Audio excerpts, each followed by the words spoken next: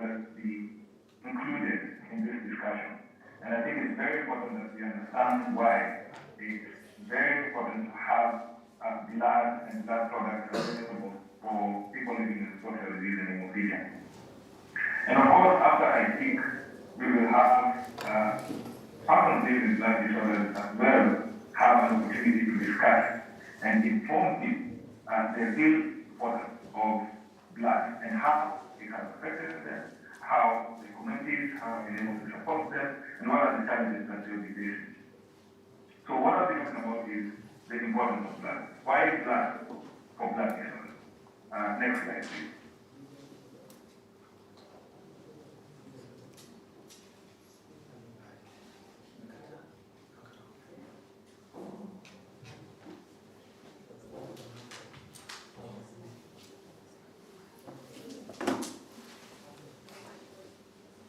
Thank you.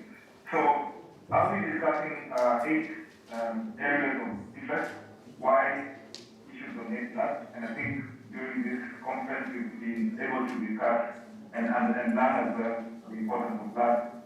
Importance of blood donation. I'll touch briefly about hemophilia and sickle cell disease, which the most common blood disorders in Kenya. The symptoms and complications of these 2 blood disorders. Reasons for transfusion for these blood disorders as well. The types of transfusions which are very important for hemophilia and sickle cell patients. Blood transfusion and the blood disorder communities and future partnerships. Next slide, please. So why should you donate blood? That's probably one of the questions that have been posed in this conference, and I think it's important that we understand the reason. One, there is no substitute for blood. Blood is blood, and blood is bigger than water. And every 3 seconds, someone needs a blood transfusion. How true that is? It's down to areas that you actually see patients who are always asking for blood, and also hospitals need and require blood for certain reasons, which we will see in the next slide. So your donation is very, very important, and one donation, of course, can actually save 3 lives. So just ask yourself, have you donated ever since? And if you're a donor, kudos to yourself. And blood as well is definitely a most precious gift that anyone can give to another person. So it's a gift of life. If you really want to give someone a friend, blood would be the best present. Next slide. So who needs a blood transfusion? As you can see, accidents occur, anything that deals with other disease areas, cancer, thalassemia, hemophilia, surgery, people who have got they require blood, sickle cell disease, and there's many other reasons why blood transfusion will be required. And remember, blood is not produced in factories. You cannot go to a supermarket and request for blood. You cannot go anywhere and be able to siphon blood, for example, or buy blood sometimes. Donations are very, very important and require the need for hospitals and facilities that require this particular commodity, a precious commodity, for the needs of these people who need blood transfusion. Next slide, please. So I highlighted in red hemophilia and sickle cell disease. These are 2 blood disorders which have been highlighted in Kenya over the past few years. And I think with advocacy and creation of awareness, we will get to understand what these 2 conditions are. So hemophilia, for example, is a bleeding disorder that leads to poor clotting and continuous bleeding. So when someone has a bleeding disorder, they have a tendency to bleed longer than is typical. So people with hemophilia can have bleeding in their joints or into their muscles. And patients with hemophilia have low levels of protein. They have low levels of protein essential for blood clotting, which means they cannot make clothes properly. And this actually puts them at risk of bleeding. So there are two types of hemophilia A and hemophilia B. So hemophilia A is the most common type, and this is due to a deficiency of factor VIII. And hemophilia B, otherwise known as Christmas disease, is due to deficiency of factor IX. So both types of hemophilia can range from mild to severe, depending on how much factor VIII or IX is missing. And hemophilia is treated by replacing the missing factor protein. Both factor VIII and IX are available in recombinant, otherwise known as genetically engineered medicines, which are actually infused, and also in form of plasma. Next slide. So this is just a slide to explain to you what hemophilia is all about. In Kenya currently, we have around 800, 900 people known to have hemophilia, but it is estimated that there are around 5,000 people living with hemophilia. So it is still a big gap in terms of what to understand, in terms of diagnosis, and also at the same time find out if the people who are actually living with hemophilia within our community. And as I mentioned, the damage to the blood vessels, whether it's the joints or the muscles, is the reason why they have this continuous bleeding. And the fact that they don't have this protein, they're not able to have the clotting capability. And as mentioned, it is a genetic disorder, which is actually from the mother, and this is an X-linked genetic condition.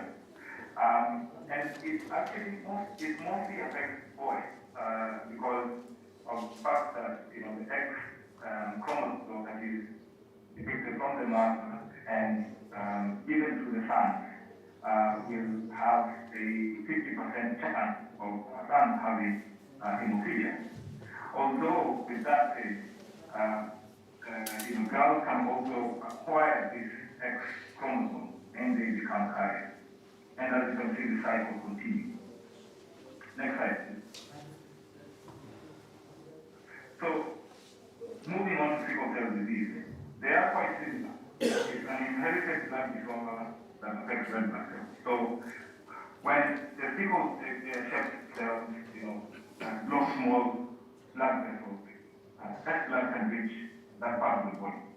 So tissues that do not receive a normal blood flow eventually becomes damaged. And anemia is a medical term that is depicted from this, and it actually shows that the flow of red blood cell count or low hemoglobin can be caused by many medical conditions. And it may result in a lack of coagulating cells. A cell transfusion may be required if anemia becomes severe. So sickle cell anemia is a genetic blood disorder which causes blood to make abnormal hemoglobin. And this affects the shape, as mentioned, it's a sickle-shaped red blood cell, causing them to be crescent or sickle-shaped, which makes them infected and also sticky. And they can actually get stuck in small blood vessels, blocking the flow of blood, depriving the tissue of oxygen and causing pain and organ damage. So the sickle cells also don't last as long in the circulation, just as normal red blood cells, leading to sickle cell anemia. And red cell transfusion increases supply of oxygen carrying the hemoglobin, so it's very, very important for them to get a red cell transfusion. Next slide, please.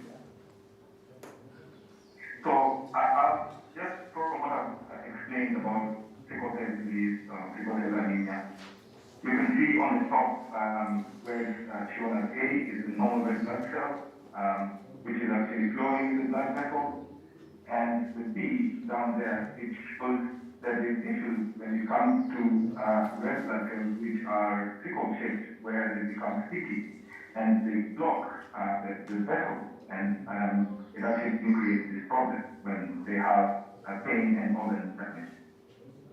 Just like hemophilia, sick cells are meant to be an inherited blood disorder. But in this case, it's a two-way thing, where a mother and a father, they have the genetic, they have the trait, obviously that gene for sickle cell, and it's perceived that it is passed on to the children, but they have a 50% chance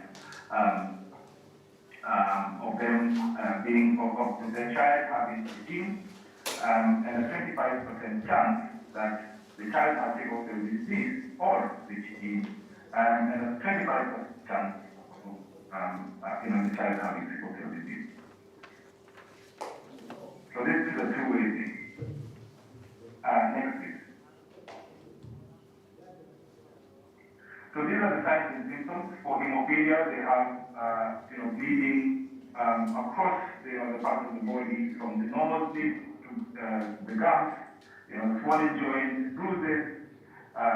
Whenever they're coughing, they may have, they may cough some blood in the urine and the stool, and also heavy menstrual bleeding. There are cases that you find men with blood disorders as well, and they may have hemophilia A, or they may have bone mineral disease. On the right, you see for people the complications are a little bit more severe. They may have more issues when it comes to the tissues, basically the organs as well, depending on the severity. And also at the same time, the worst case scenario, they have a vaso-occlusive crisis, which basically means that they have pulmonary chest issues, which also create a lot of pain, and also at the same time have a little bit of issues, and also looking at the worst case scenario, stroke can also be associated with sickle cell disease, chronic kidney ulcers, acute for the body, and also at the same time have paralysis. Next slide, please. So in this model, it shows the worst case scenario of hemophilia sickle cell disease. So on the left, you have a child who has a head injury, probably a cut on the head, and as you can see, the blood is continuously producing. Basically there's a continuous blood flow, and there's a bit of an issue when they are not able to receive the medicine, and also at this particular juncture, they definitely need some blood transfusion as well to catch up the loss of blood. On the right, you have a partner who also has probably a crisis at that particular point, and they need to be hospitalized, and for them to get the appropriate care. So blood is very, very important for them when it comes to the care when they have this severe complication. Like this. So I mentioned before, the reason for blood transfusion for blood disorders, or bleeding disorders, such as hemophilia and sickle cell disease. So blood disorders are a group of conditions. We're just going back to understanding what blood disorders are. Where blood can't flow properly. So they need transfusion of platelets and blood products to assist with clotting or even red cells in the blood box, especially for the case, just as seen from the previous slide. Or low hemoglobin. So this is because many conditions, and this may result in a lack of oxygen in the cells. And the red cell transfusion may be required if anemia becomes severe. So sickle cell anemia is a genetic blood disorder which causes blood to make abnormal hemoglobin. So as you can see, blood is very, very important for them, and those are the main reasons. Next slide, please. So what are the types of transfusions that are needed for blood disorders? Red cell transfusion. So red cells carry the oxygen. All the other cells in your body that need. And if you have a low hemoglobin or red cell count, which is otherwise known as anemia, you may have to be treated with a red cell transfusion. So, and then a platelet transfusion is platelets actually help with forming blood. So a person with hemophilia will definitely benefit from this as well. And they may need a transfusion, even if definitely needed in that case. For plasma transfusions, persons living in hemophilia also require fresh source plasma as well as FFP, which is used to replace missing or low level of protein in a range of medical and surgical situations, especially for people living with hemophilia, and also at the same time when they go for surgeries during care. Next slide. So the blood donations and blood disorder community, this slide is very, very important because the Kenya Hemophilia Association, these are patient advocacy groups. Sickle Cell Federation of Kenya, there is an umbrella body that supports people living with sickle cell. Red Movement is a organization that was started just by a number of students and the community in terms of raising awareness and also supporting the Kenya Hemophilia Association in terms of bringing people close together and supporting the Kenya Hemophilia Association to be able to have way forward in terms of raising awareness and drive. Red Flash, on the other hand, is an organization which is based in Mombasa. They have been able to mobilize and support people living with sickle cell in the coast region, and also creating avenues and opportunities for people across the country, as well as being able to be at the forefront to raise awareness and also do blood drives. So as you can see, not only the Kenya National Blood Transfusion Service are able to do blood donation and blood donation drives and also creating awareness in the communities, there are organizations who, based on need, looking at some of the challenges that some of the people have been facing in the communities, being able to come up with organizations which are able to raise awareness and also do blood donation movement and drives. Next slide. So this particular slide is very important, and I think it's one of the key things that I'll have to put here. Individual initiative. So this initiative was actually done by a patient, a person living with sickle cell disease, based in Homa Bay, and he had a problem. And he said, well, we don't have enough blood at the hospital. What can I do as a person living with sickle cell? And this was actually done by him as a president in terms of raising awareness on that particular day, doing a blood donation drive, and also at the same time being able to think around how can we advocate, how can we be able to raise awareness in the communities on the importance of blood donation, and also at the same time reach out to as many people as possible so that they can support people of need. So I like to see individual initiatives where the person living with a condition who needs blood so dearly, and whenever they have a crisis or they need a blood transfusion and they're not in a position to do so, how best can we do this? Just for them to be able to go to the communities and say, we need blood, we need, and so much that we can do a nation drive. Thank you. I'm just about to finish. Next slide, please. So, what is future partners look like? The Global Blood Fund, Kenya National Blood Transfusion, AMPAT in Federal, and the Global Alliance of Sickle Cell Disease Organization. And I'm very sure the people in hemophilia will follow suit. Being able to raise awareness in communities about the condition, but also at the same time, be in a position to have blood donation drives and also be able to advocate in the community the importance of blood donation for people living with sickle cell. So this pilot will definitely show that, in terms of the importance of raising awareness in the communities and working with the relevant authorities, being able to, raise the agenda of blood transfusion and blood transfusion. Next slide.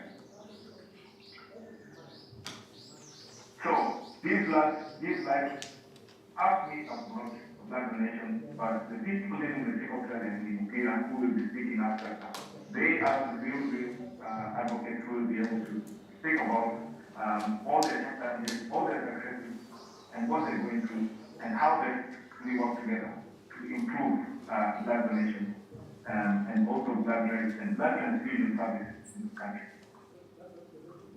Next slide. Thank you very much. If you have any questions, you can always reach out to me. The email has been put there.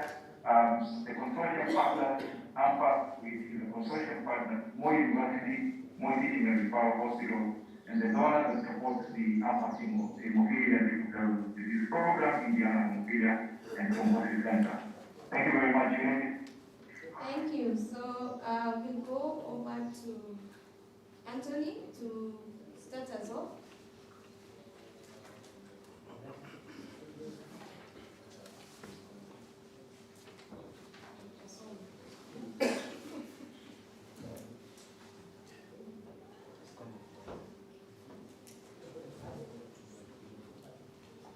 So as the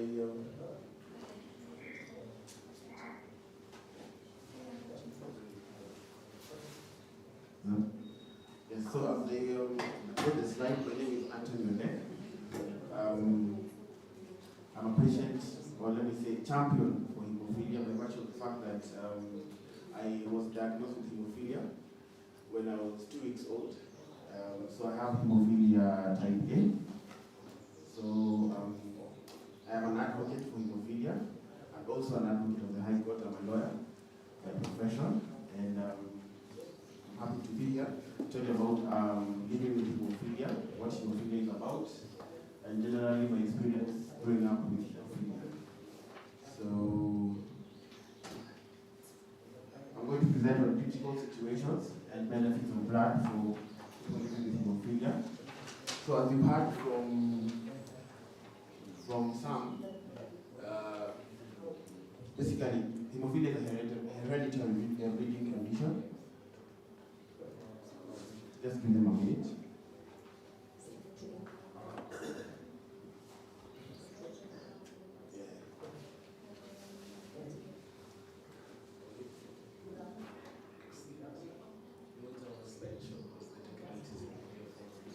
Just be scrolling Just up. scroll to Be scrolling up. scroll. Yeah, so as you heard, I will just go through what hemophilia is. It's basically a genetic bleeding disorder that is that has a genetic predisposition. Now, hemophilia is categorized into hemophilia type A and B. Personally, I have hemophilia type A, and hemophilia generally bleeding disorders may be acquired, can be acquired during your lifetime. It does not necessarily have to be genetically obtained from your family tree. Let's go further. So hemophilia A is basically the deficiency of factor 8, while hemophilia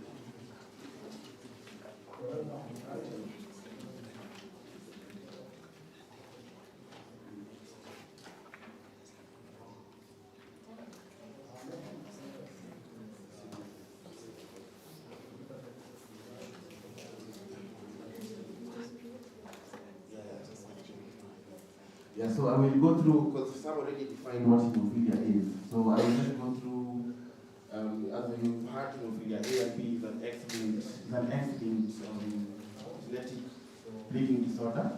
An X-linked meaning it came, or basically the genetic predisposition was from the mother to child. So we can go to the next slide. So bleeding disorders like hemophilia have a correlation with the severity. So the severity is like personally I was diagnosed when I was 2 years old. So the diagnosis was done through lab testing, and the levels of severity is moderate, mild, and severe. Personally, I have moderate hemophilia, which you tend to have spontaneous bleeds a little less often compared to somebody living with severe hemophilia. As a person living with severe hemophilia would basically sleep the wrong way and wake up with a swollen neck. It is that kind of critical situation that we're trying to talk about. So diagnosis usually, as you can read here, diagnosis usually happens, as I've said, it can happen immediately when during birth, or it can be diagnosed during your lifetime. So personally, I was diagnosed when I was a newborn, so which is actually, in my opinion, I was actually lucky enough to be diagnosed early enough, because through that I was able to manage the condition growing up, as opposed to those who actually have to discover it while going through early initiation ceremonies, or you have to maybe during an accident. This is a very critical situation, because if you have an accident and then you have to go to the operating table, such kind of situations end up fatal or can lead to disability. So, next slide. So, well, hemophilia may be, the discovery of the hemophilia may present itself during critical situations such as traumatic injuries or surgery. Personally, my critical situations were during injury. Now, I used to be very active in sports, and now for people who are diagnosed early in life or early in childhood, you're able to discover and manage these things even when you have an injury, as opposed to those people who have to discover it when you're operating. Or for mothers, for example, now von Willebrand is predominant in women mostly, and we find that the high mortality rates when it comes to maternal mortality rates, by virtue of the fact that some women did not know that they have von Willebrand disease or a bleeding disorder. So on the operating table, when giving birth, we find that women are bleeding out more, and they do not have, or they were not diagnosed early enough to be able to prevent the mortality rates. So now, arthropathy occurs during the narrowing of bone. Now, this is specifically for people with severe hemophilia like myself. I have mild arthropathy on my knee. Arthropathy is when now there is a limited movement by virtue of several or constant spontaneous bleeds on your joints.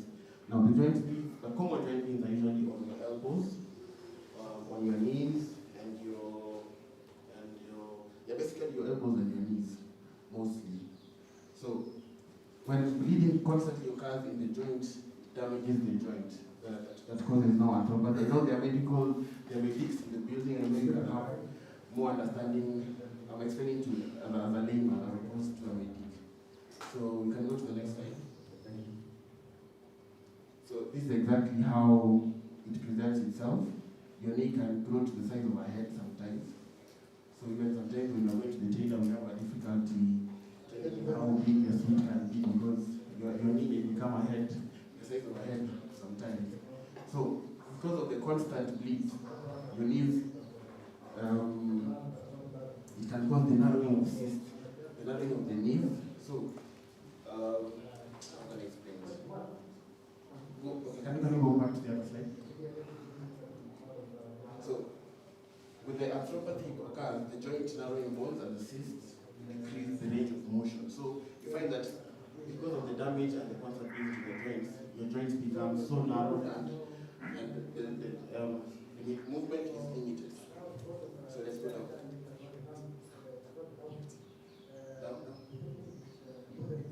So those are the critical situations. Now, hemophilia, if it's not properly managed, it will lead to disability. We have several disabled children in the organization, and we are trying to now prevent this kind of occurrences, because before we used to depend mostly, as I'll explain further, we used to have very critical situations whereby hemophilia will only be discovered during initiation ceremonies or when you have an accident or an injury. Now, for example, in this picture, when I was a younger person, we used to have several kind of bleeds, whereby now the joint would become this size. And now, people who, especially the people in our organization, discovered that those who are in rural areas and have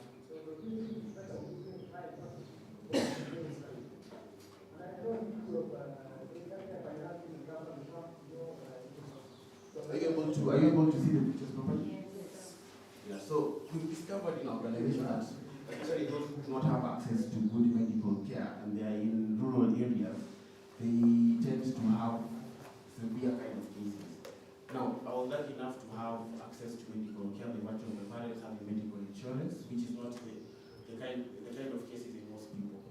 Now, the people, we have several disabled cases, and now these are the critical cases we're trying to talk about and prevent. And this is why now blood and the essence of blood comes in. And now we go into the management and treatment of hemophilia. Go down. The diagnosis, of course, it happens through lab testing, whereby now the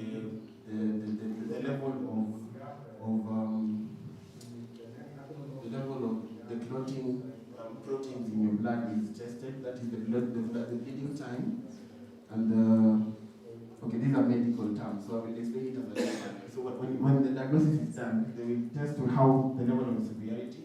A severe person has 1% in terms of the clotting factors. Personally, I have factor 8 deficiency, so that means I will have, if I'm severe, I will only have 1% of clotting factors in my blood. Now, moderate people will have, go down. Next slide.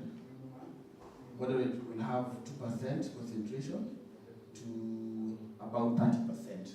So what happens is, for management, we usually do factor replacement therapy, which is now using recombinant factors. And now, before even we had discovered recombinant factors through our donors, we used to now use blood components, which is cryoprecipitate, fresh frozen plasma, and the likes. Next slide. These are the various management and treatment methods. Now, replacement products are now the ones that are now genetic, not they are manufactured products, which is factor 8. Then there is the allogenic replacement therapy, which is through using blood components, and the rest are manufactured products. I want to emphasize on the allogenic replacement therapy because that is where the essence of blood comes in. Next slide.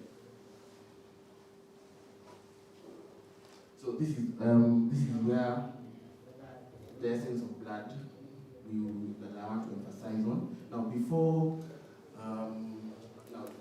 with regard to the Hemophilia Association, we were formed in 1978.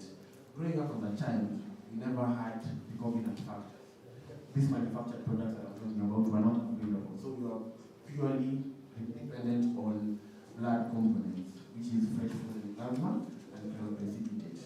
So we do not, for us specifically, we only need blood transfusion in critical situations whereby you have bled out and you have anemia and your HP level has gone below normal. So before the recombinant factors came about, we used to depend on cryoprecipitate, which is a product that is derived from blood. So, and fresh frozen plasma. Because a normal person with fresh frozen plasma or cryoprecipitate or their blood products have higher levels of clotting proteins as opposed to what we have. So that is what we have the recombinant factors, which is manufactured, and now we kindly depending on the donations, because in Kenya we do not have those kind of products. So yeah, as I've indicated there, it is only in critical situations whereby you bleed out and you have, and that's when you need blood transfusion. So I think that is the last slide. Let's go to the next slide. Yeah, that's all. I think the questions we will save them for later.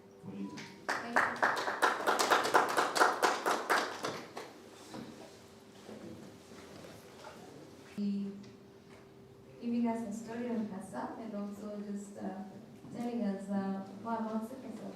Go ahead, Jenny. Yes, good morning everyone. I'm Teresa Odero, a sickle cell warrior, a social worker, a mentor, and a blood mobilizer from my county. Homa Bay is the only county of choice in this county, in this country, yeah. So, as a person living with sickle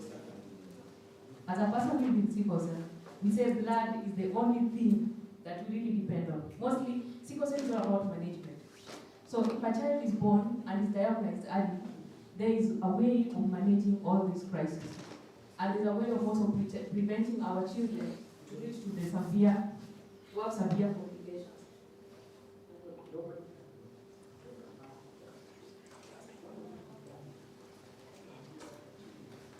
Okay. So what does it mean to need blood? I just want to give you a brief experience where you get, let's say, I'm just giving a simple one. You have not eaten for 3 days. That means you're very hungry. You need food. And even if you see, you'll start hallucinating, like seeing people in form of food. That one you want to see in movies sometimes. That is what happens when you don't have blood. You are in a situation where your HP is up to 2 grams or maybe 3. And then you've gone to a facility where they don't treat sickle cell. Sickle cell, blood level in sickle cell as emergency.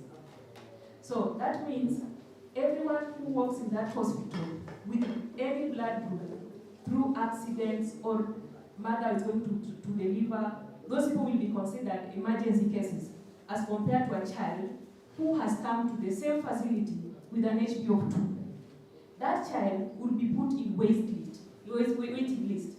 So that means they will have to wait for 3, maybe to 4 days, so that they will get the blood. So, the next slide, please. When does a person need blood? The kind of patient that I've explained. So this is where you are in a situation where you have your mother and you have a child who is 3 years old or 2 years old. This child has no blood, and you're being asked to look for donors.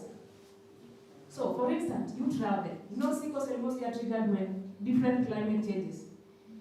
People see me dressed like this daily in such kind of weather and wonder why. Because any slight weather changes can make me go to a very severe situation. I will need an admission, and I will need blood, and I might even need oxygen. So, as parents, we need to protect our children from reaching to that stage. That now you are in a hospital, in an environment where you don't know anyone, and you're a mother asked to donate those blood in 24 hours. In 24 hours, you're still not able to get this blood because they are telling you they need to screen another 24 hours. That means 4 days, your child with HP of 2 has not been transfused. Where is this child going to? We know very well when you're not able to get blood in your system, there are some complications that may come. Organ failure, kidney damage, so many things can happen. But most of us survive these situations by the grace of God. Okay. Usually when there's no alternative to save a life, blood is what we need. So I'm only going to bring you the life, how it is on the ground. I work in a community where we don't have a blood bank. The blood bank that we have was just recently created, I think, for this function that is here. And now, when I go back home, I don't know whether all the policies and all the guidelines that have been launched here are going to work in my community. I am afraid. Because I'm still going to sit down. I still go to my community and ask people to donate for me blood. And that is what has been happening. So I sat down and I was asking myself, if I, somebody who lives with sickle cell, am able to make 50 friends who have been donating for me blood ever since I was a child. Last year, out of the 50 people who donated for me blood, 3 managed to donate for me in October. That I was able to get transfusion 4 units. The last time I stopped counting how many bloods I've used in my body was when I reached 80 units. And I'm not counting anymore. Because each year, I depend on 5 or maybe 4, depending on the kind of crisis that I will go through, be it hemolytic or my leg ulcers, or anything that will have to come up in the course of the year. So, our people, if the system is going to fail us, you in this room, when you go back home, make a link. Look for those 50 friends, so that anytime you have a problem, because all 50 cannot donate at once, but they can donate when there is a problem. So the 4 that donated for me last year are not going to donate for me this year. I have a plan. The ones that have not donated will donate for me this year. Don't you see that is workable?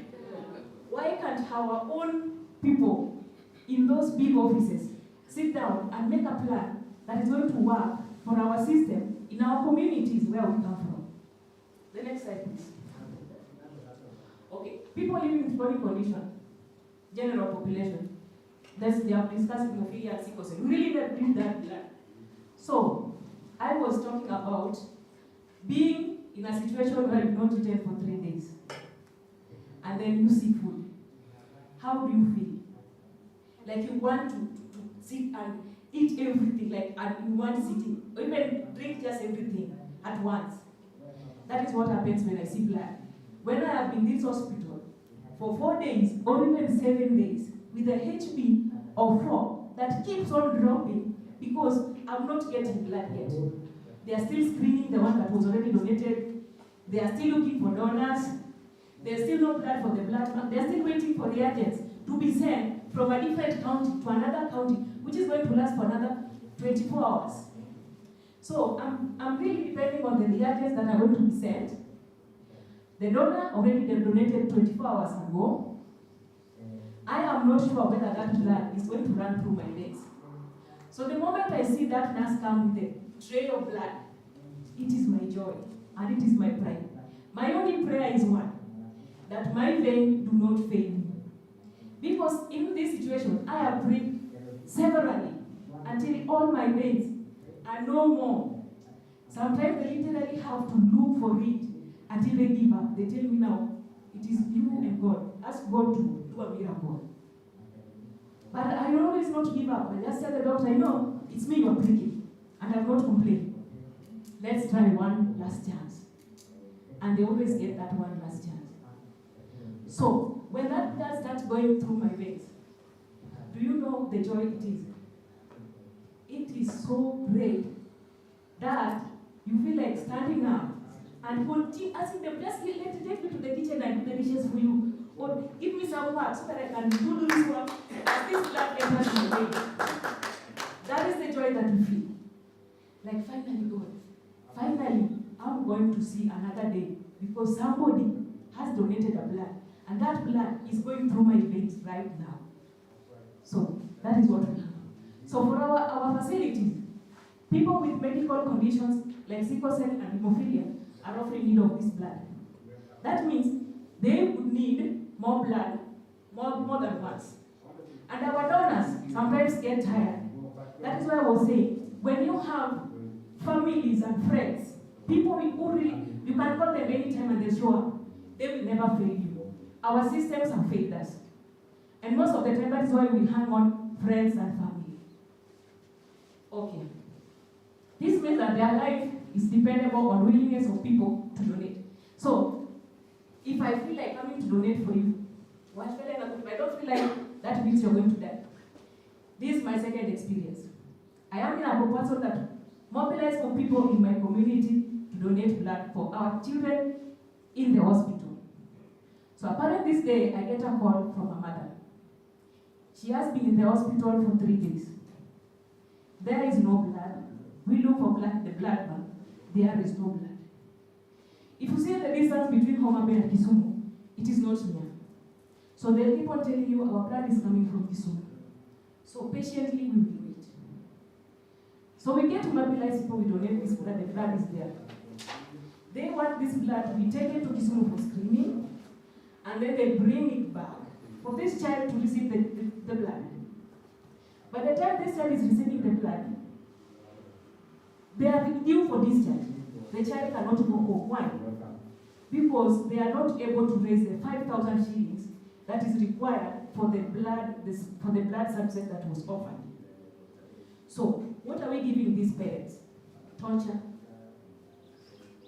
Everything. Mental psychology. Some parents, in my support group, have abandoned their children saying, you have to choose if it is your education or your health that matters to me. I am a parent, I will only cater for. Of course, I will choose my health. I do not want to die early, just for the sake of school. Why must I go to school when I know very well I am going to get my drugs?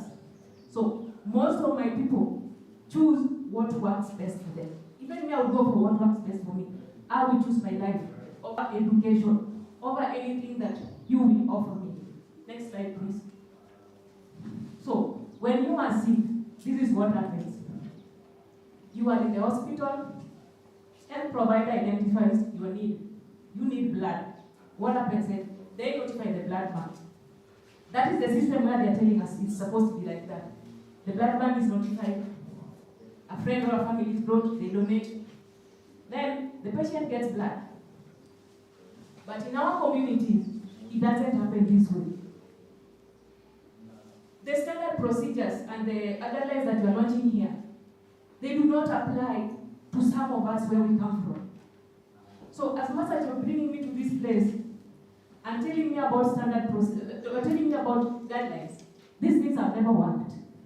But the standard operation procedures that our clinicians are put in those places, those are the things that are working for us. So we need to invest on that. So that when I get to that hospital, I look for a future. When I walk to an hospital and they get to see I have HB of 2 or 3, they treat it as emergency.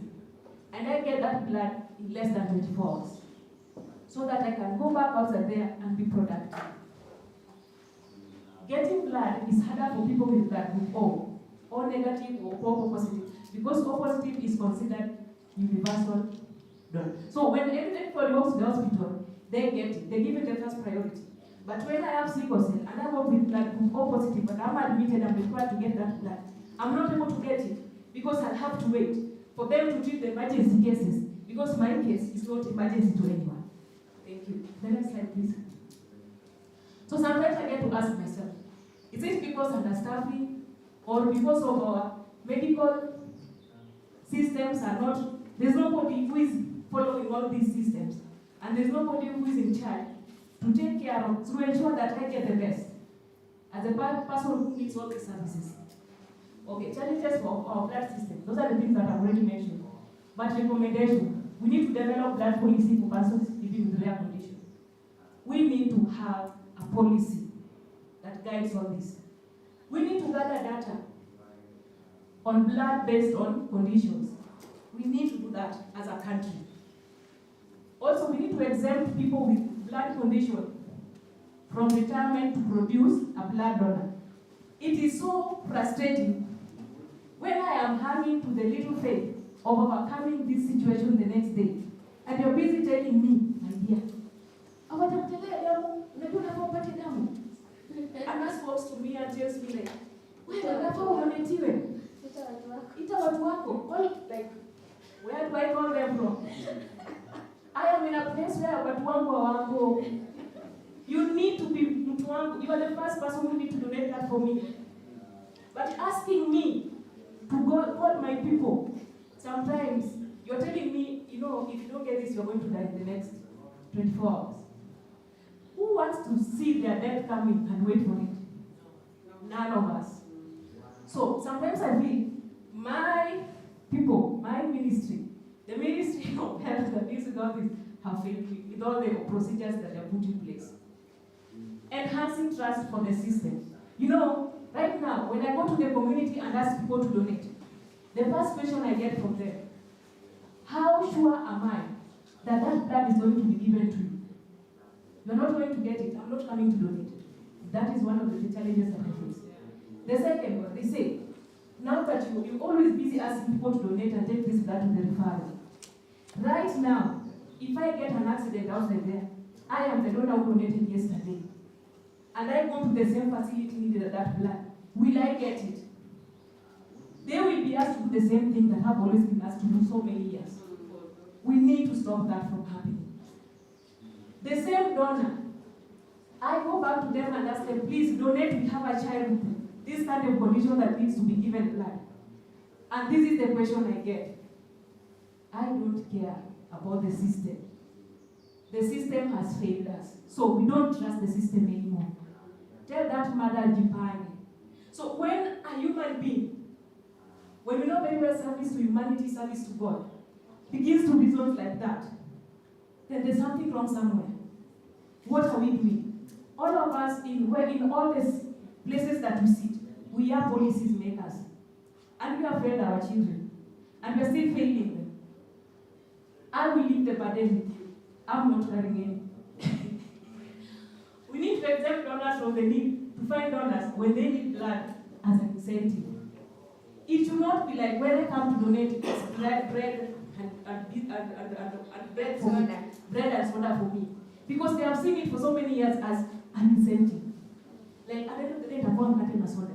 It should not be like that. We need to tell them, as much when you move to that place to donate blood, you are going to give Terry a reason to wake up in the morning and work. So for me, I tell them, when you donate that blood to those people, even if I don't get it, but every step I make on this earth, I see your name printed. I'm walking because of you. You saved my life. You are my savior. It is your blood. That is why I'm here. If someone did not donate for me, I would not be here today to give you this presentation. Next slide, please. So these are some of the services that we do in Homa Bay. We do mobilize people, we bring them to the facility. It's not a big facility, but at least in a day we try and get blood that some of our warriors can get. 2 days ago, I saw one in social media asking, he was saying he's admitted that the referral has been there for 24 hours and is not able to receive that blood. And I was able to take that, just the statement that he wrote, and post it in our blood center. And in less than 3 hours, this child was already getting blood. So, as much as we are facing all these challenges, we're also trying to change them in our small ways. So, if I tell you, who has nobody who knows my name and who knows nothing that I'm doing in the community, but I do it because of my passion for people like me, for people who live with chronic condition, or people who need blood in the future, is able to do all this without expecting any reward from any of you or any source of salary from anyone. Because I believe these people deserve an opportunity. We deserve to be brought on policy-making tables and also set things right. Thank you. Continue. Thank you. These are my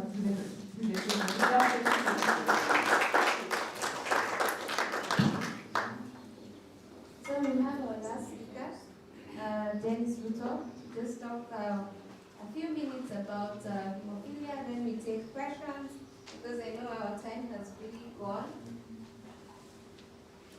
So, Thank you, Eunice.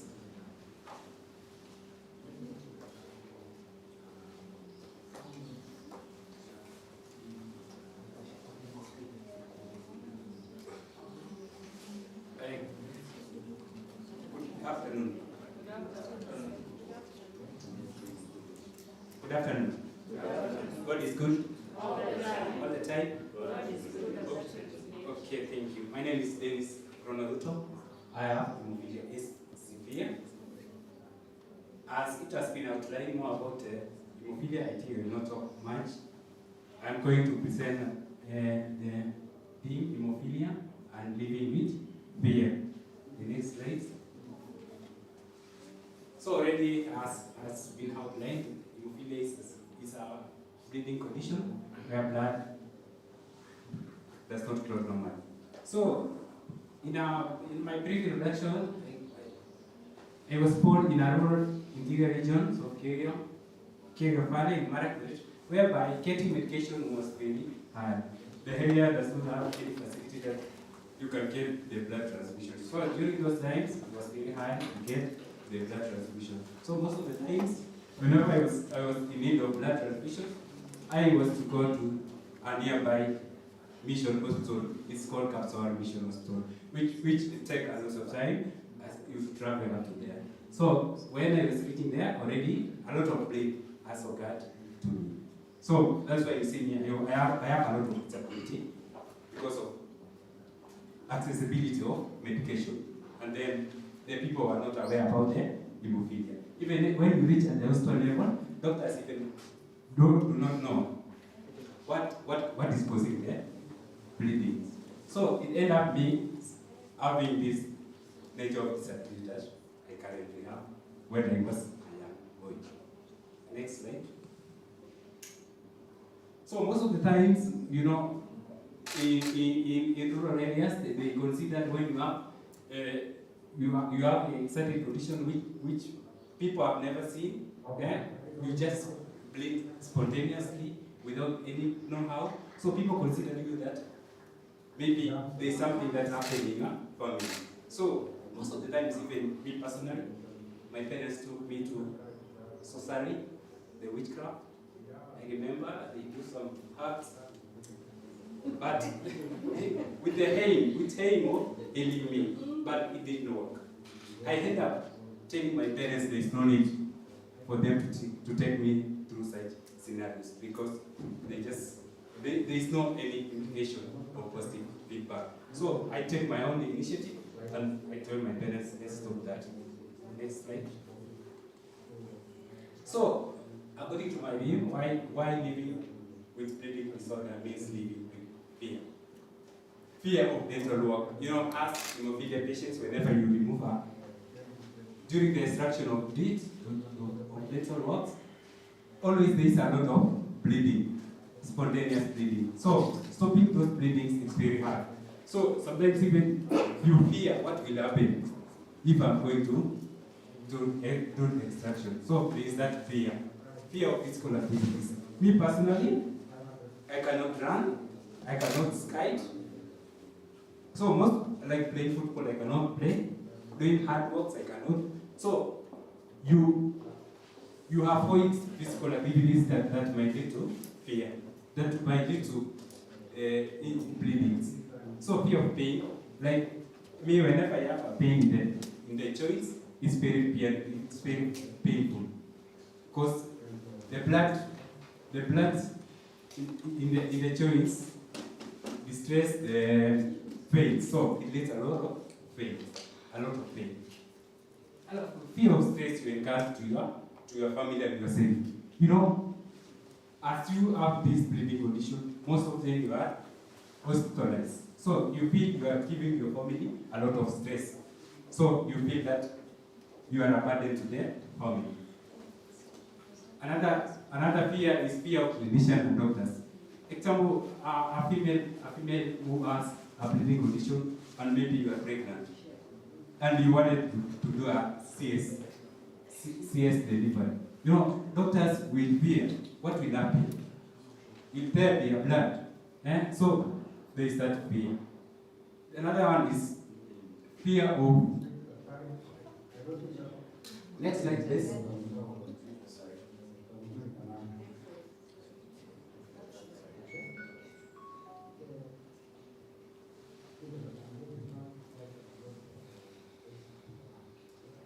So another fear is that we as hemophilia persons, we see a lot of bleeds. We see a lot of blood. So imagine, like personally, whenever I sleep, I sometimes found myself in my bellies, I have some blood in the bellies because of spontaneous bleed. You just wake up and you go to have a bleed.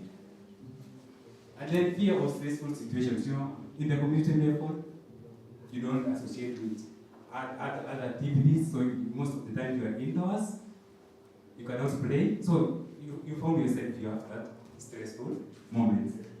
Fear about treatment and care. You know, as hemophilia persons,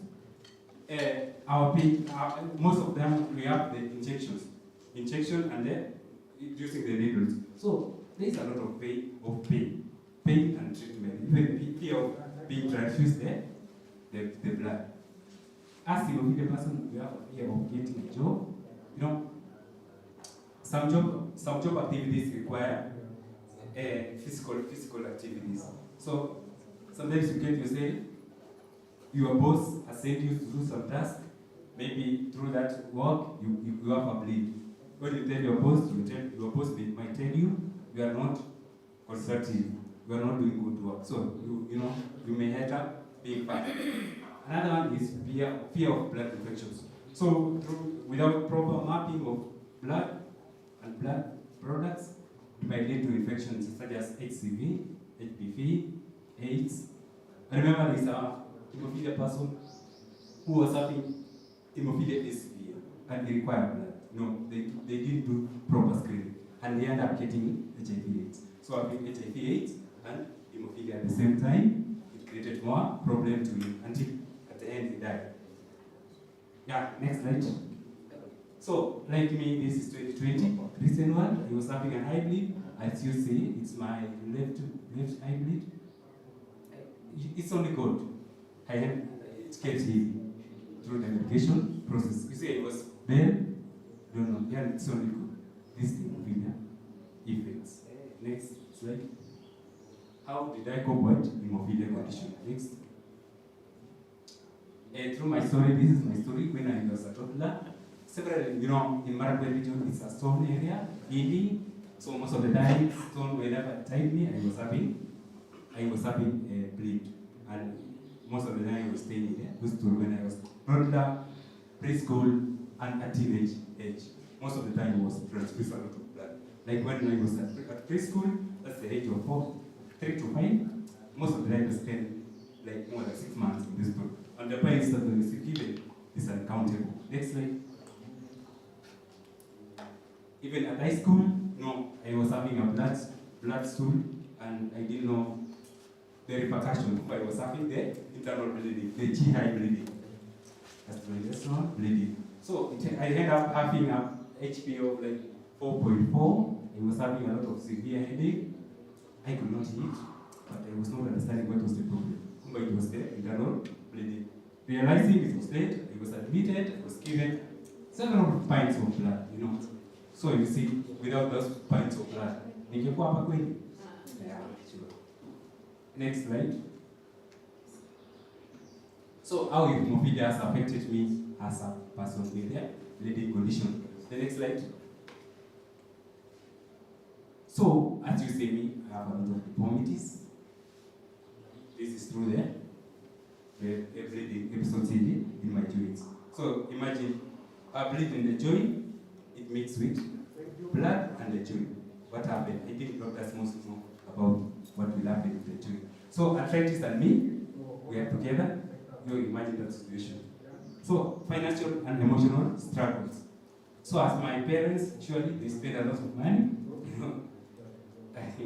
Even I cannot count. It's only God. It's only God that knows. So about the disability, as you see me, one of my right hand, it caused disability when I was at a toddler age. A stone hit me in my wrist and my middle finger, and it caused a lot of bleed. It ended up muscle wasted.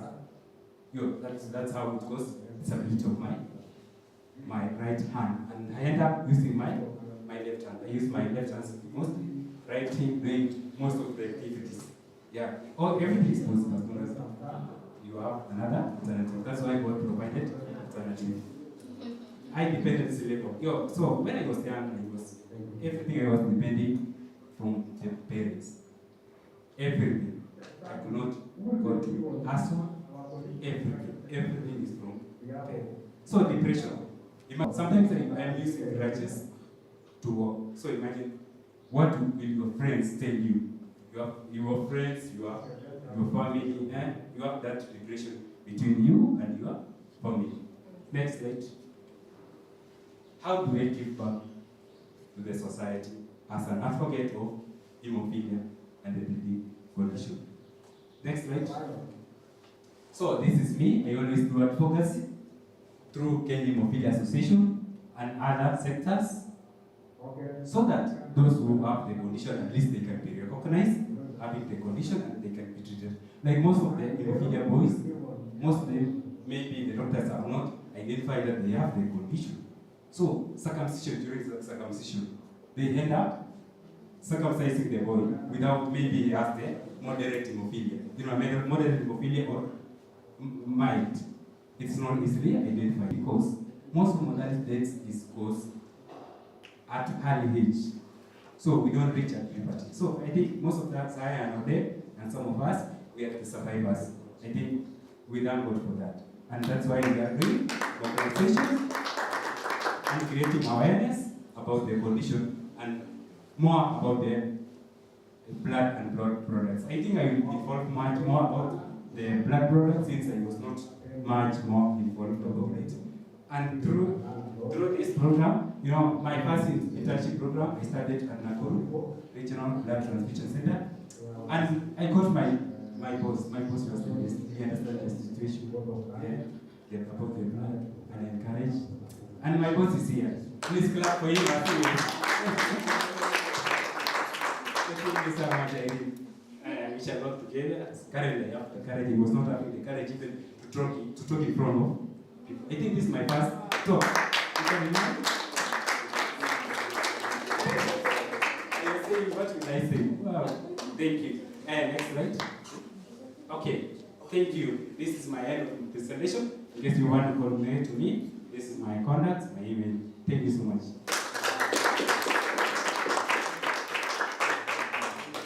Some very engaging testimonies. These are people who have gone through. So I'll request them to have a seat. And then if you have a question, because as we can, I always tell them, if you're a patient, you are a person living with you. And that means that your story is worth more than anything that anybody can tell you. And you're the best people also to advocate for people to donate for us blood. So, any question?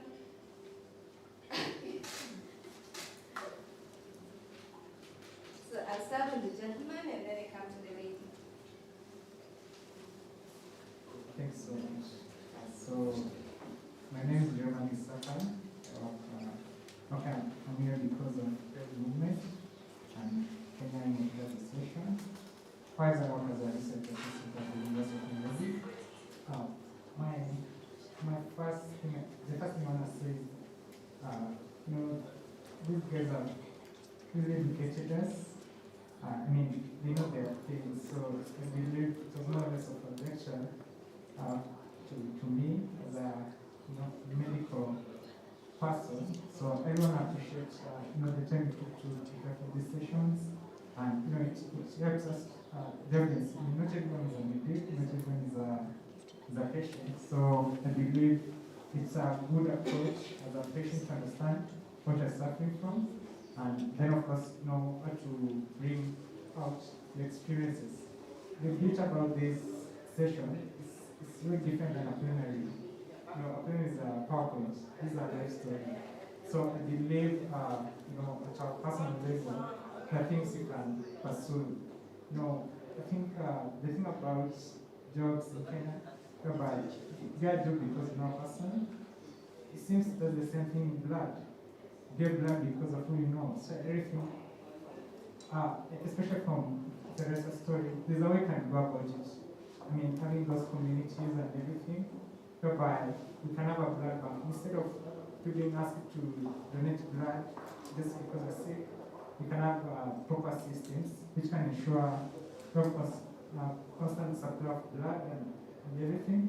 And I believe that this session has been really productive towards that goal. So I want to appreciate all of you guys, including some online. I want to thank you for the opportunity to be here. My question is, what I'm trying to bring across as early movement, we do understand that we have about 4,000 hemophilia patients who do not know where they are, based on statistics. So part of the things we've been working on is that we know we have a strong cultural relation in terms of circumcision. So I believe through circumcision programs, we're going to be able to get some of these people. So I'd like to help us understand that in case we're going to come to you guys, just give us that information we're going to need so that to prevent this kind of cases, the deformities and the like, so that people are going to have an equal chance to education, equal chance to employment, and everything. So I don't want to do that a lot on because I know these people from a personal level, so because I'm a bit emotional and everything. But I just want to thank you for your willingness to share your story and the impact it has brought to this session. So I want to thank you so much. Okay, I'm in touch with the question, but hope you get my remarks. Thanks so much. Thank you. Can you tell it? Good afternoon. My name is Monica, working at MTRX, Blood Transfusion Unit. I've worked there for long. With the issue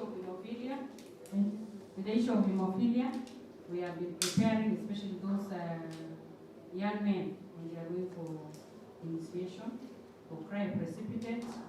Thank you. It has really touched me, the story of the guy from Marakwet, a sickle cell disease. Where us in VTU, we really support them, especially sickle cell disease. We know quite a number of our patients, and we really help them. Even for those who are going for initiation, AMPAT team, they normally call us, team of VTU, and we normally prepare cryoprecipitate. So I have 2 questions touching Mr. Sam from AMPAT. I need a clarification of use of fresh frozen and cryoprecipitate with patients with hemophilia. And the second question again, we have been preparing cryoprecipitate RBTC Eldoret, team of Rotich, and of late they are not using our cryo. So can he clarify for us, where do they get, or they have commercially prepared, so that we have been preparing a lot, but it stays in our fresh frozen. We store them in a deep freezer for long. Thank you. He has had, so we come to him. Next. Good afternoon. Good afternoon. Pavel Amlupi, nursing officer, teaching in hospital. Me, I have a concern. I don't know who to address this question to. The moment you are mobilizing people to donate blood, but you are not teaching the society about behavioral, because during the COVID season, we had a lot of HIV infections. So we end up mobilizing a lot of people to donate blood. At the end, very little blood will be used. Because we have had even this instance of telling a relative to mobilize people to donate blood. They donate. At the end of it, it's only 1 unit that is saved. So it becomes a challenge. I don't know who will help us, the society, that especially it's affecting the high school and the college students. There's high rate of HIV infection. So at the end, we'll not even have blood in the future. So I don't know who is going to assist us in these situations. Who else has a question, comment?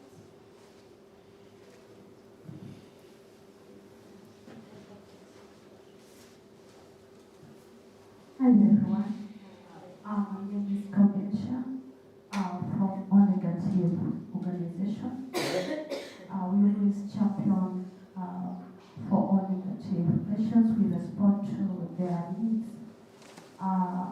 So I just am concerned, if you want to rejoin our organization for O Negative, you belong to O Negative, since it's a rare blood, kindly see me and you can join our organization. And then to our warriors, congratulations. May God bless you. May God give you strength. And thank you for your testimonies. And always may you not lack anything, especially when it is blood from God. It really touches me when I heard your testimonies, and it is really a concern to our government. I hope NHIF is catering something when you go for medication, because on our side of O Negative, there's a medication called anti-D when you are pregnant for women. So when you are pregnant, you need an anti-D injection, which costs about 6,000. And it is really a challenge to us because the NHIF does not cater for that. So the NHIF, please consider us. Thank you. Thank you so much. Any other comment, question? The gentleman behind.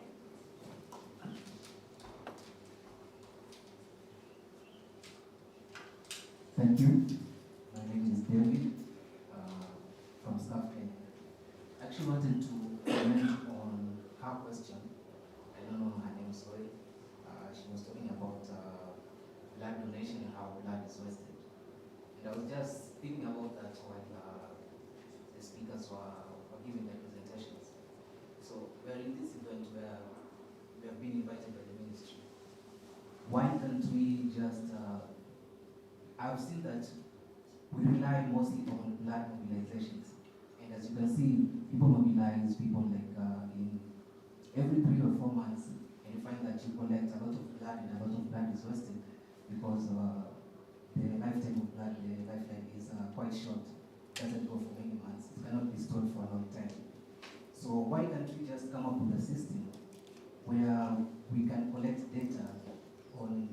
how much blood is used by hospitals, like from the recurring patients, the normal people who go and get blood transfusions. You can get this data and start planning on how best these transfusions can be done and these donations can be done, rather than every single time we do a donation drive, which is 3 or 4 months, and find like 1,000 people come and donate, and then there's wastage of like half or even more of the units. So I believe a system can be put in place to address that, so that there's always adequate blood to cater for these needs, and so that we can stop knee-jerk reactions to when there's shortage of blood. We can come up with these systems, make sure there's adequate blood, and when there is an emergency, that's when we can mobilize people to give out the extra blood. So we are here with the Ministry of Health.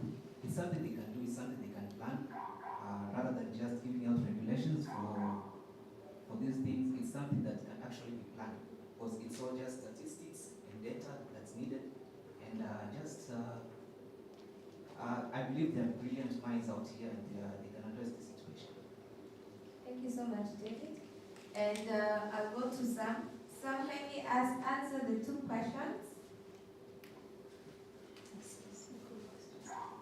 You have what? Sorry. Good afternoon, everyone. I think some might not be in a position. Some might not be in a position to answer the questions pertaining to the Ministry of Health and Education and the National Blood Transfusion Service. My name is Irene Norgood, and Dennis was working under me during his internship. So thank you, Dennis, for the work you gave us. So there is one question about wasting of blood. What we've done in KNVTS, we have procured blood bags and blood additive solutions that allows us to store the blood up to 42 days. So if you give us blood, we are able to store up to 42 days. Unlike before, we used to store blood for 30 days. So we had that 12 days that we were really gambling on what to do with the blood. But nevertheless, we have our own internal mechanisms. We do not allow blood to get expired.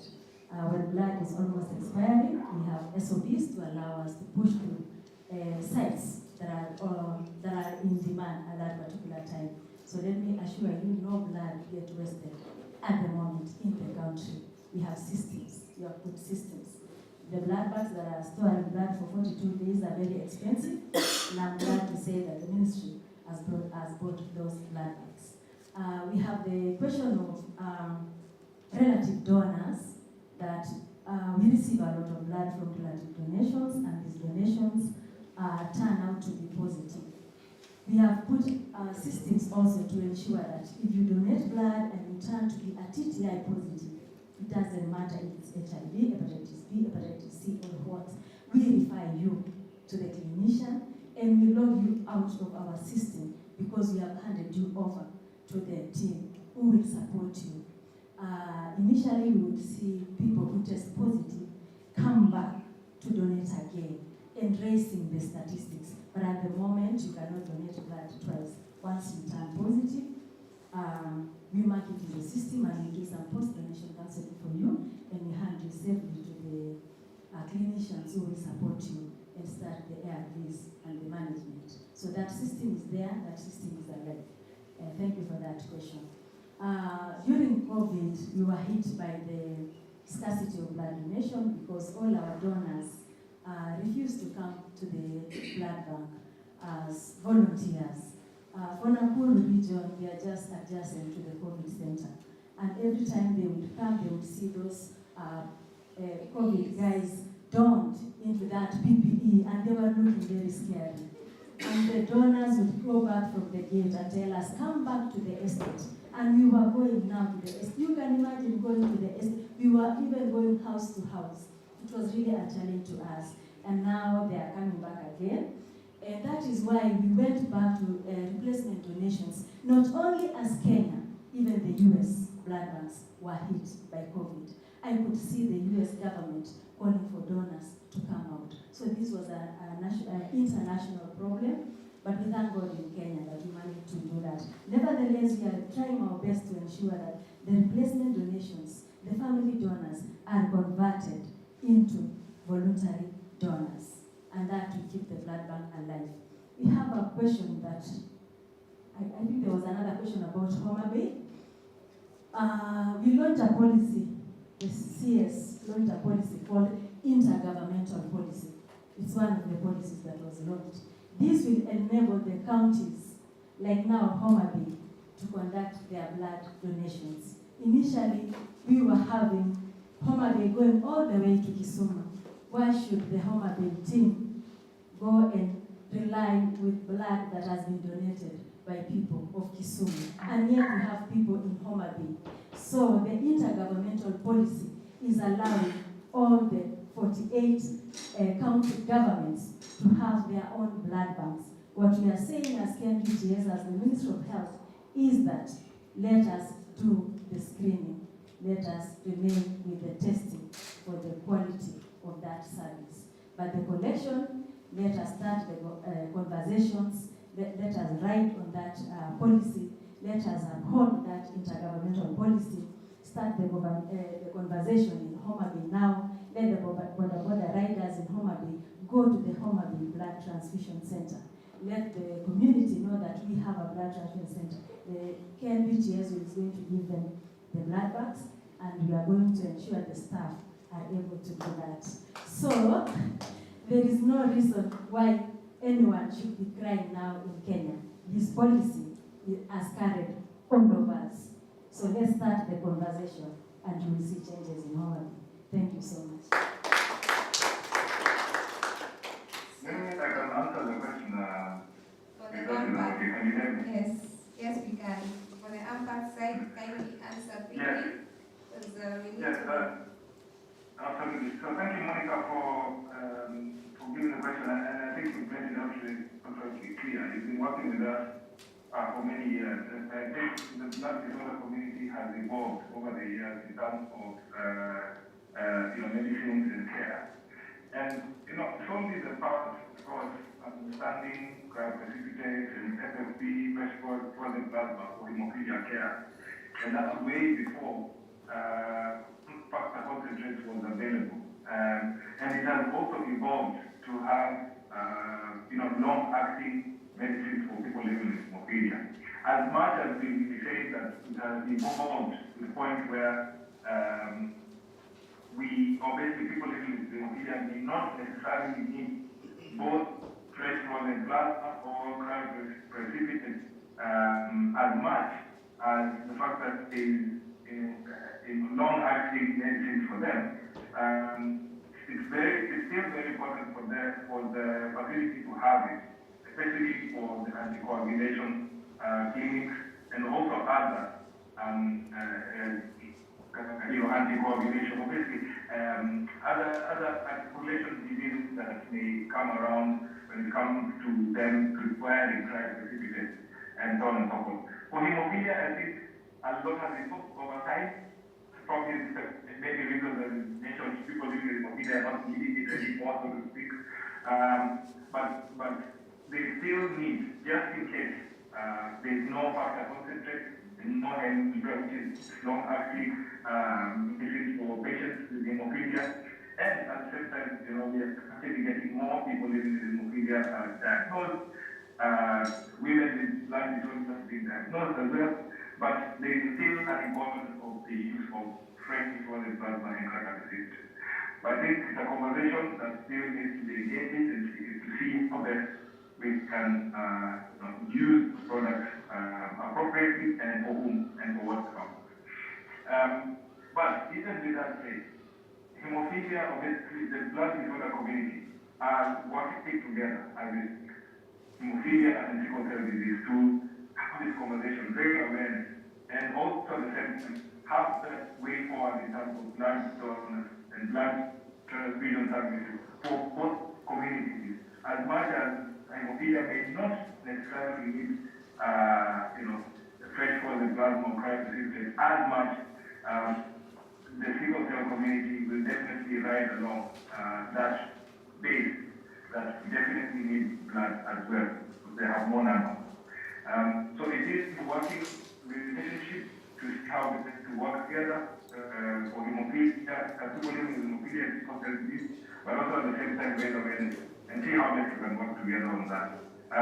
So there's a program that I've mentioned that we'll be working very closely with through the APA program and global platform and KNBTS to see how best we can use these products appropriately and forward forward. Okay, thank you so much, sir. And while you are at it, can you give us your closing remarks and then please, we are about to leave.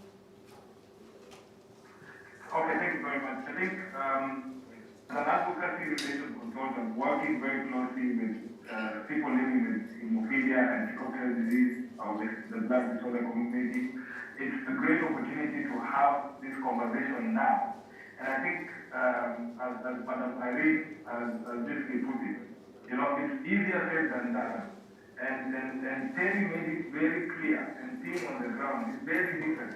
Things are very different on the ground. So how best can we continue pushing those policies to be actually implemented? And that's why we are really pushing the KNBTS, Ministry of Health, and have that inclusion of the blood disorder community to be able to have appropriate and adequate blood for them as well. So that, and for them as well to be inclusive of this way forward. So I think it's a great conversation, it's a way forward, looking at what can be done, looking at these endemics of basically the places where they have high prevalence of sickle cell disease, which are around 17 counties, and push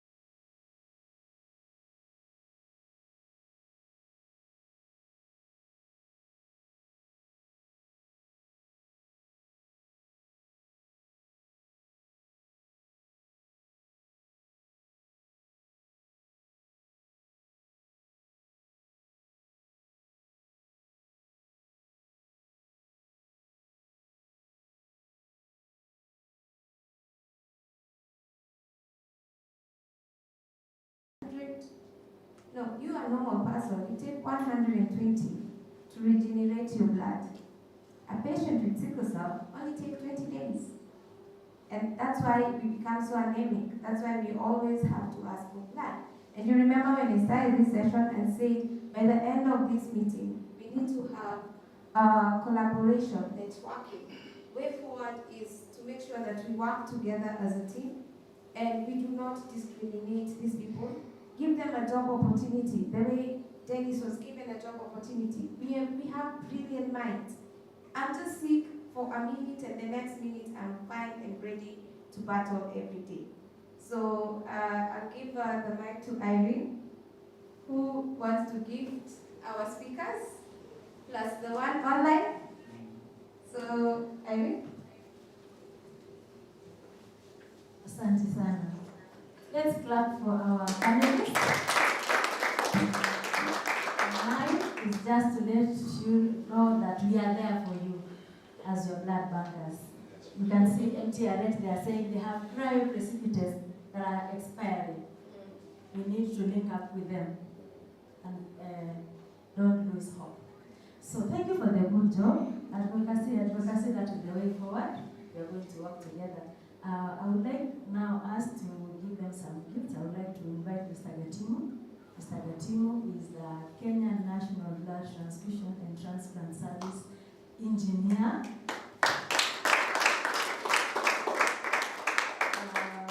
He's one of the senior most officers by age, and we really respect him, and we have asked him to come and give to you. So we'll start with the online presenter speaker.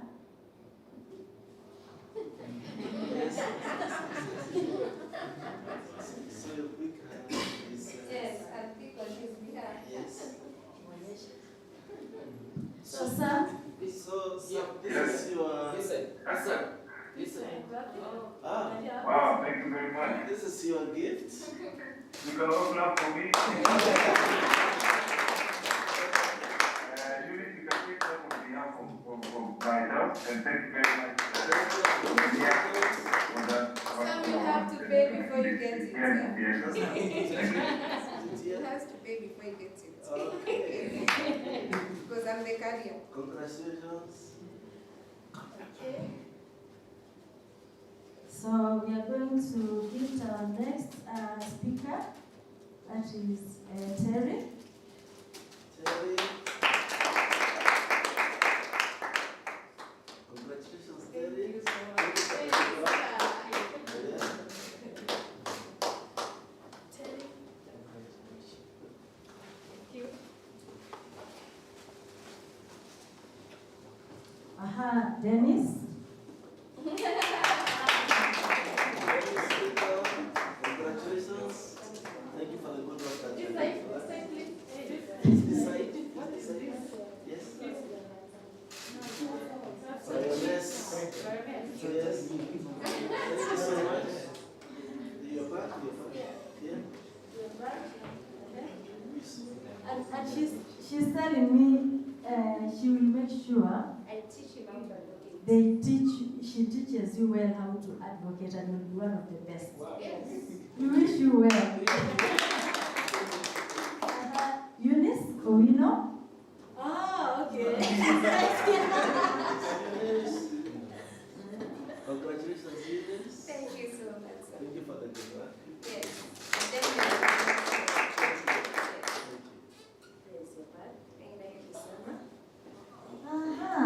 Our last but not the least, we have who now?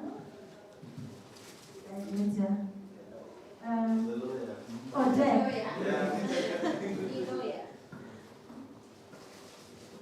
So thank you. Congratulations, Alec.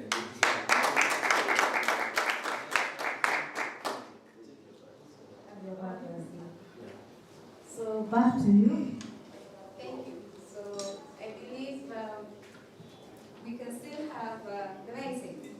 And September is the month for creating awareness for sickle cell. So our point agenda with Terry is to make sure that we have blood drives all over. That's our dream, and we will achieve it. Out of this meeting, that is our promise that we will do it. Every single week, we have a whole week of blood